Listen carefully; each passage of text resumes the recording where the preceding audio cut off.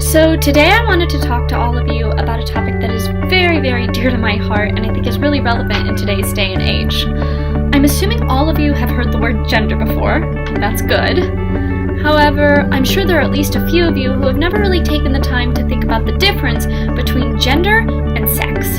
To help me explain this, I've brought my little friend, the genderbread person. As you can see here, the genderbread person covers a lot of different things, but today we're only going to focus on biological sex and gender identity. As displayed by my genderbread friend here, your gender identity and your biological sex can be two completely different things. Your biological sex is, simply put, the genitalia you were born with. Your gender identity is what you feel like you are on the inside. It's what your brain's telling you you are. Now, sometimes people don't have matching genitalia to their gender identity. These people typically identify themselves as transgender. Now, if you can look down at yourself and be like, yeah, this matches, this feels right. Congrats, you're cisgender. Now, you might be asking yourself, cisgender? I'm just normal. Why do I need some special term? Good question, hipster-looking Kaylee. But here's the thing. If we referred to everyone who wasn't transgender as normal, wouldn't that make the entire transgender population feel as though they're abnormal or weird or somehow different than the rest of us? Isn't it rude to call an entire group of human beings unnatural or weird? I mean, I don't know, that just feels really unrad to me. Now, you might be looking at me now and being like, that is a female. But for all you know, I could totally identify as something completely different.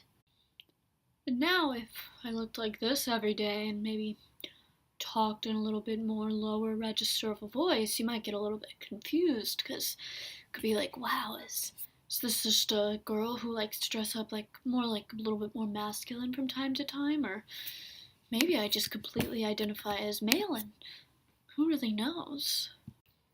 You're probably finding yourself really confused right now. But Kaylee, how are we supposed to know what anyone is? Are we just gonna be confused forever? Well, the answer is a lot simpler than you think. Ask them. If you don't know what someone's gender identity is, when you first introduce yourself to them, simply ask them what their preferred pronouns are. It's really, really simple. Here, let's practice. Hey, I'm Kaylee. I go by she, her, her pronouns. What about you? And then you would say, hi, my name is blah, blah, blah, and my gender pronouns are blah, blah, blah. Now, the most common types of gender pronouns are she, her, hers, he, him, his, or they, them, theirs.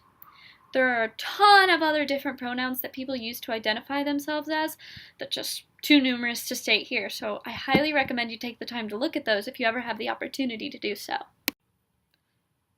So, why does any of this matter anyways? Imagine your name is Keegan. Your name is your name.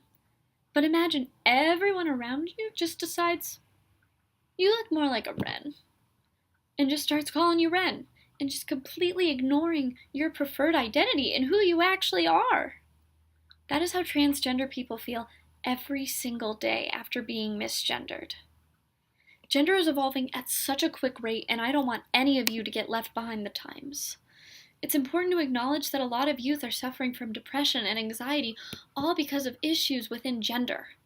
Trans individuals are being murdered simply because they are trans. Leela Alcorn, a transgender girl, lived 20 minutes from my house. She stepped in front of a semi because she didn't feel validated as a human being. No one should ever feel that way. We are all humans, and we are all capable of love and compassion and making a difference. That's why this matters.